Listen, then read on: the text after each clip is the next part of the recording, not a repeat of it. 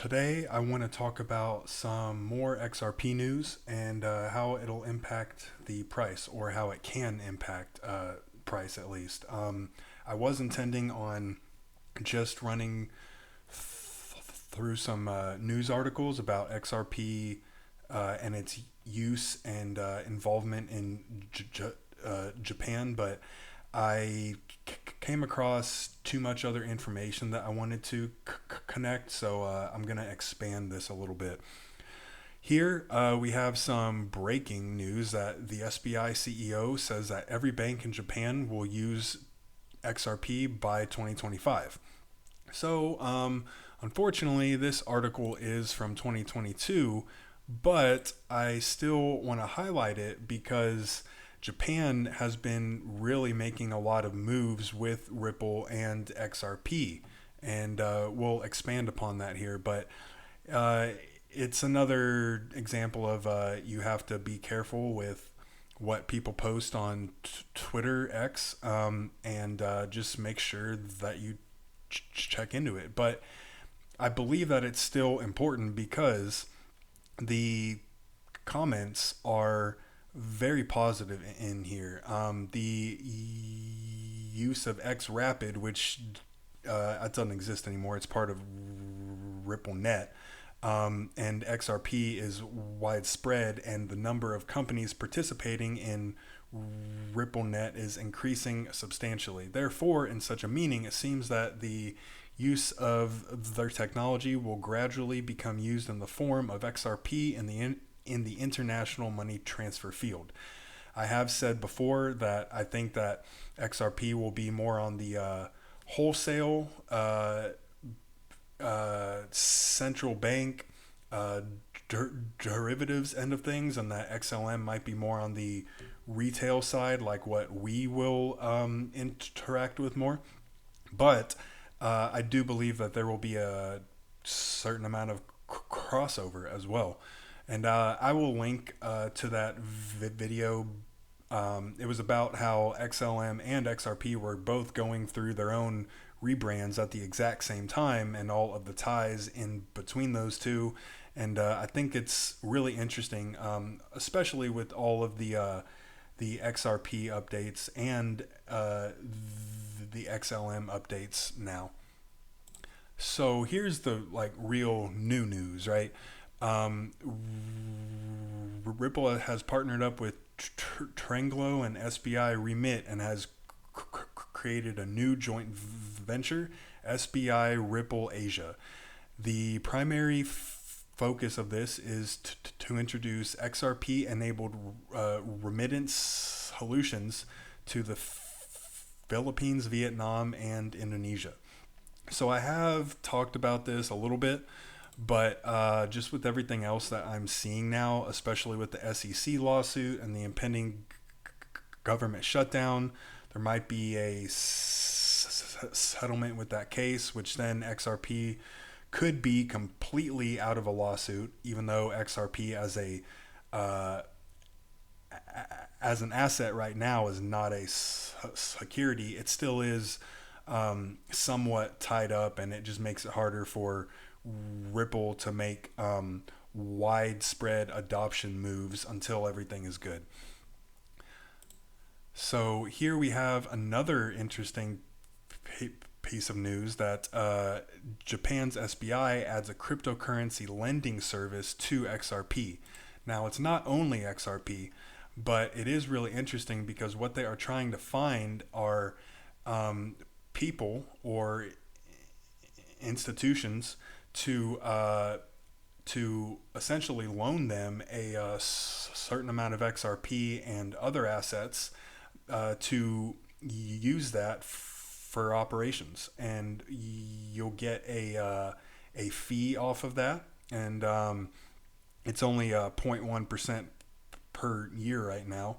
But I'm sure that there's other kinds of fees associated with the rewards on that. But even if it is only that 0.1% API, that still is a positive move in the right direction, especially because we have talked about the XRPL 30 update and how the automated market maker update can let us essentially make passive income by lending out our XRP on chain, which makes it a lot easier to track and a lot easier to hack as well, and earn a passive income off of that. So it's just really interesting how all of these things are aligning at the exact same time. So here's a bit more information on that. Unfortunately, that's not Dogecoin. That's something else. But I've seen that. I don't really remember what it is. So that one's 4%. Everything else is 0.1. So that in itself isn't exciting again. But it'll happen on September 28th, which the Ripple proper party is on the 29th. So I think that's interesting, right? I mean, there might be some tie in there as more institutions begin to actually use XRP. That might be a sign that something is really coming as far as an announcement goes that would relate back to XRP and hopefully impact price too.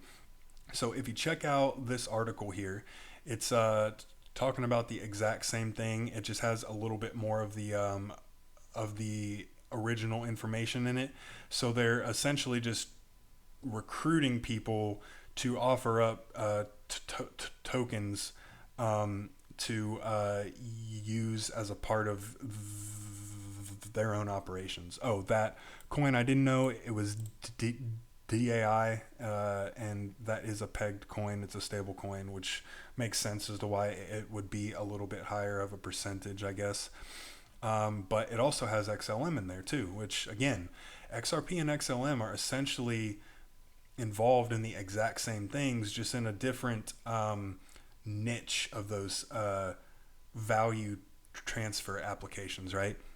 So I do want to pivot here and begin to talk a little bit more about XRP price and XRP price impacts.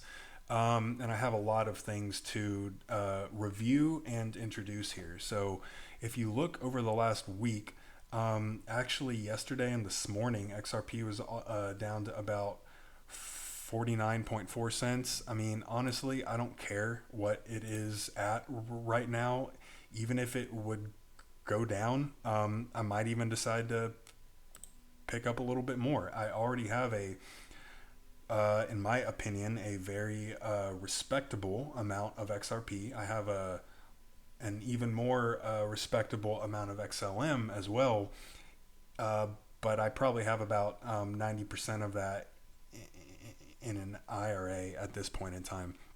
But I guess my point here is that we are holding higher lows essentially compared to the original spike in price in 2018 and in the 2021 run as well. We're at that same point, and it's a higher low, so it was essentially around this point here, and we're about 3 times higher than that right now. So again, it isn't exciting, but it's always at least worth talking about a little bit.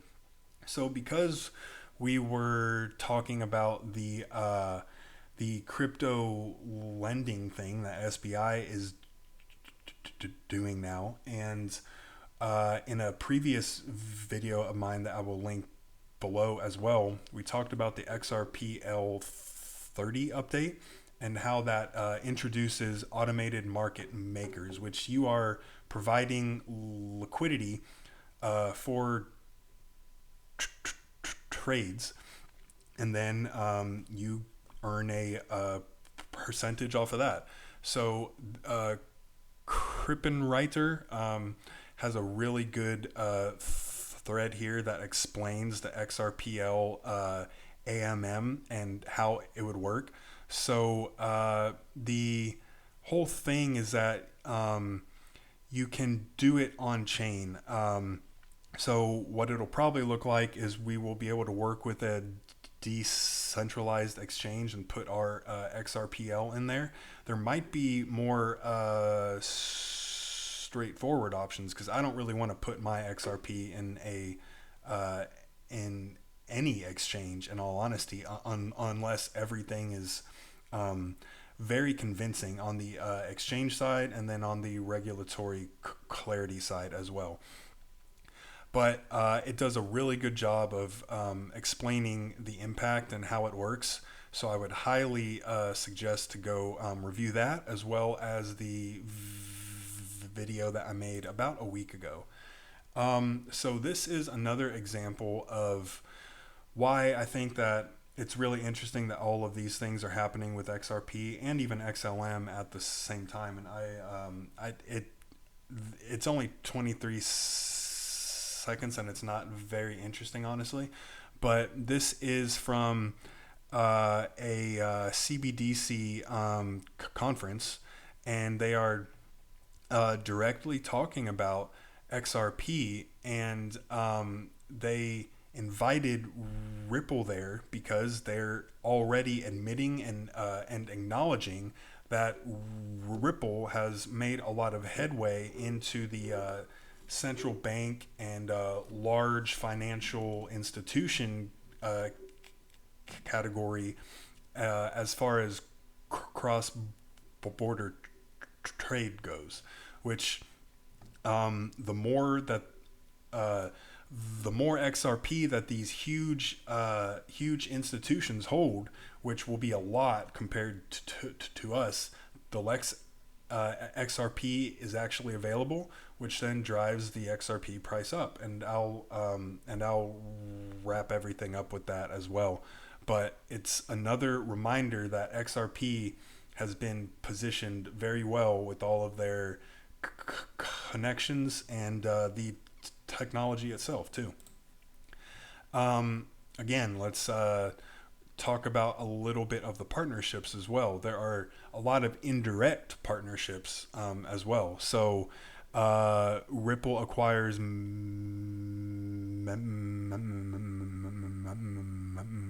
Medico, right? I talked about this. I apologize about the M there, but they are concentrating on transforming the distributed ledger technology end of things.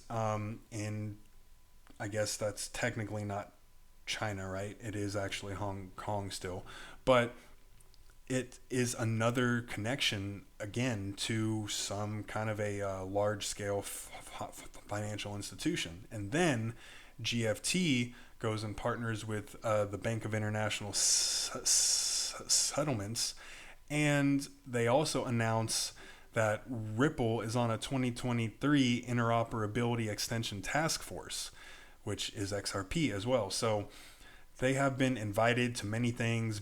Brad Garlinghouse has been on panels. He's been at events with the Bank of International Settlements, with the IMF, with all of these huge organizations. And no one can convince me, and I hope they can't convince you, that XRP is not extremely well positioned to have at least a sizable chunk of a very valuable niche. And again, the Central Bank of Uruguay has registered Ripple's partner as a money transfer company and granted them the rights to specifically outsource services to Ripple.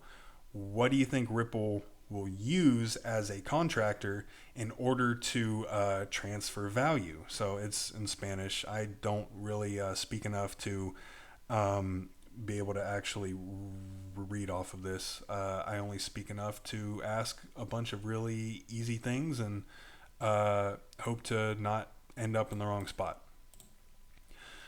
So because I talked about XLM as well, it is worth noting that Ripple, XRP, and XLM, a lot of these CBDC pilots and these payments remittance pilots and actual applications are in areas of the world that are primarily lower on the socioeconomic scale, and I guess it's not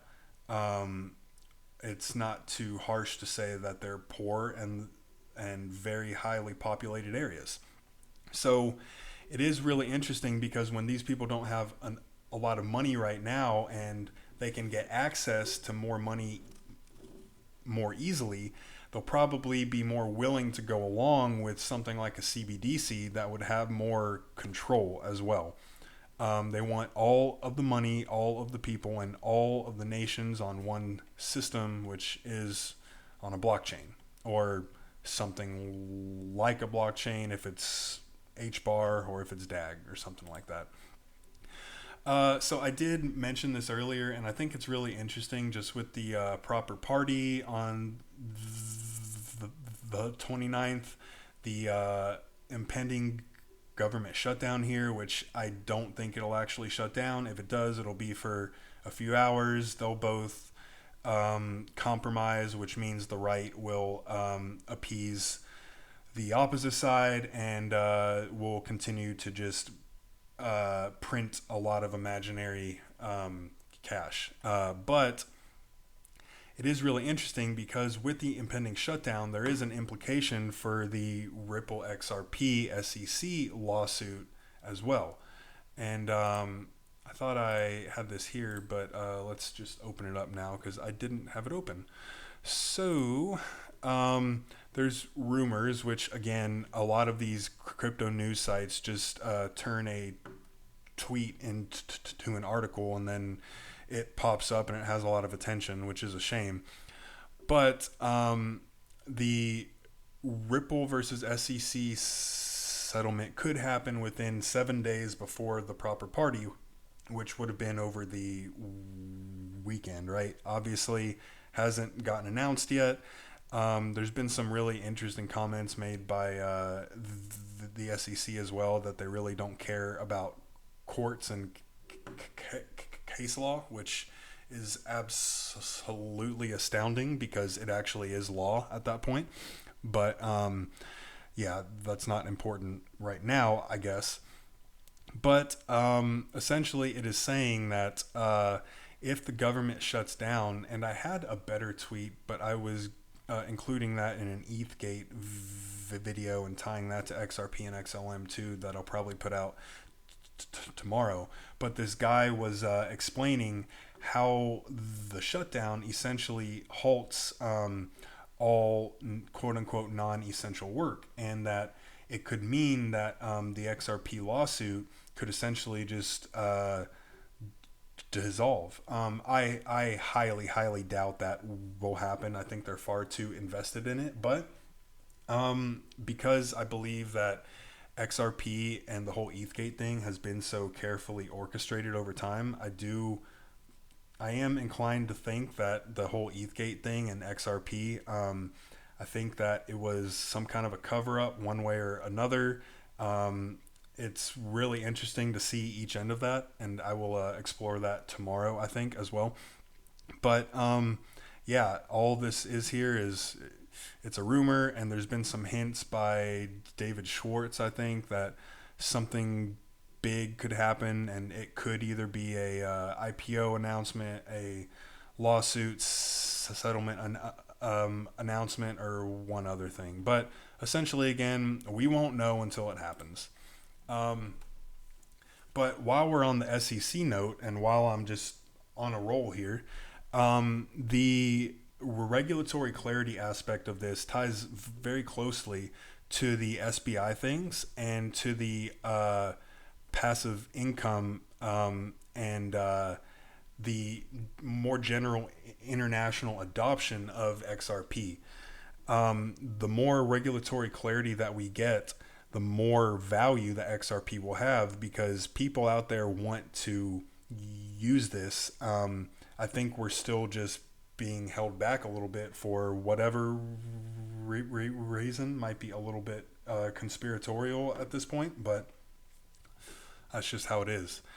So the FASB put out this paper on well, it says for an upcoming meeting on September 29th, which is interesting because that's the date of the proper party as well, right? Which I don't care at all about. I think it'll be, a bust, and it probably won't have any important announcement at all. But hey, I'm a little bit of a pessimist at this point. But this meeting will basically be guidance to move the banking industry into holding crypto assets and to actually using crypto assets as well. So this says that converted nearly immediately into cash. Okay.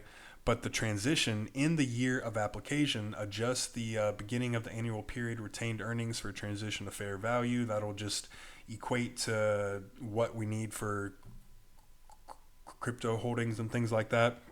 But after December 15th of next year, the early adoption will be permitted as well.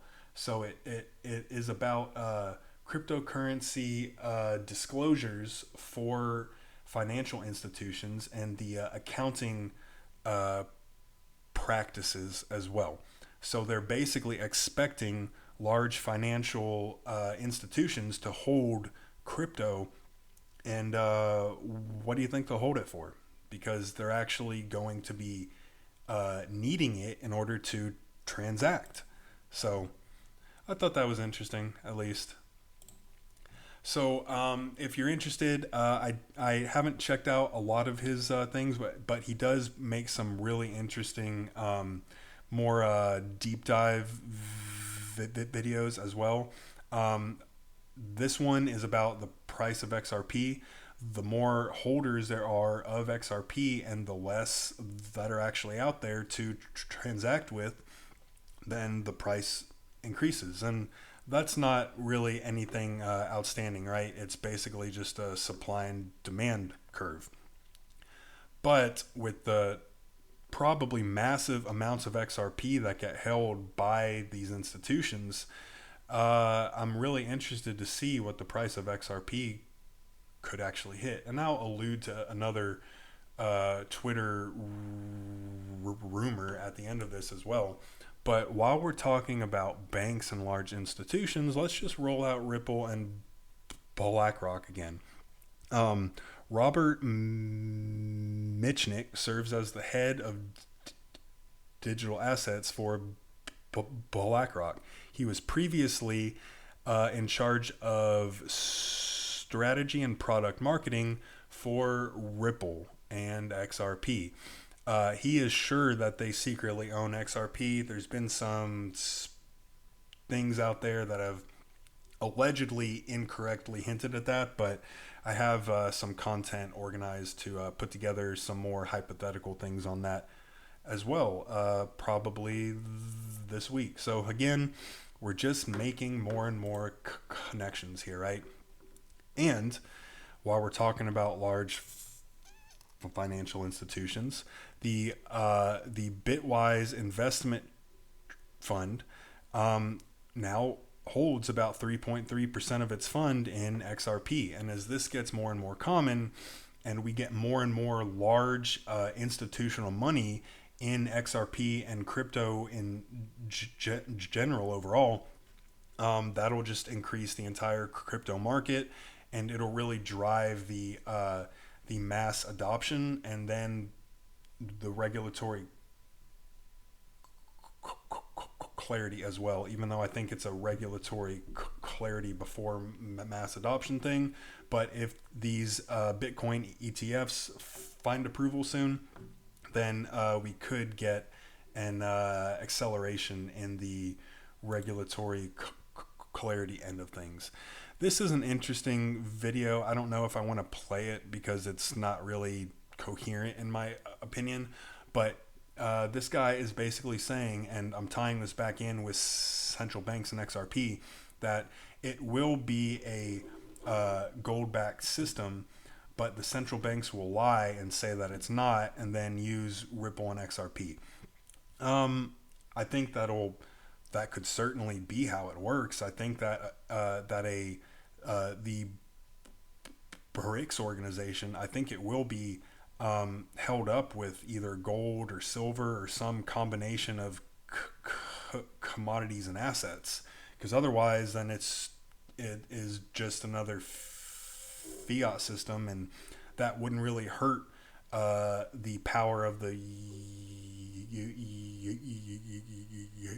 USD. I apologize about that one. So it makes sense. Check out the Black Swan Capitalist if you want more on that.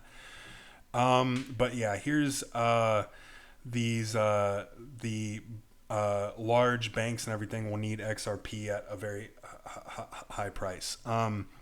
And I think it's interesting because it ties in with what I've been saying. David Schwartz was asked if the price of XRP would only be driven by essentially us and just a lot of speculation. And he said no. Competitive pools of liquidity anyone can contribute to or draw off of. This goes back to the XRP L30 update, the automated market maker things as well. Essentially, you're removing a certain amount of XRP from the network and you're using that as a pool. So it's not being used that much. It is just there to make other things work. So that the reduced supply and the increased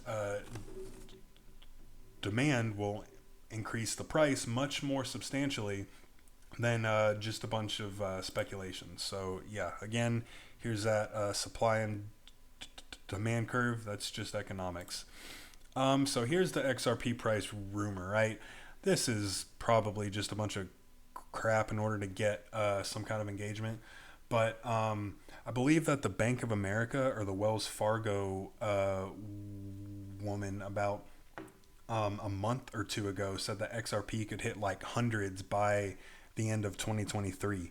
And just with the other things happening with XRP and with the lawsuit and with this proper party and with all of the connections that Ripple and XRP continue to have and continue to make and continue to expand upon, not to mention their very interesting acquisitions of companies that would help them more trustably operate in this financial space.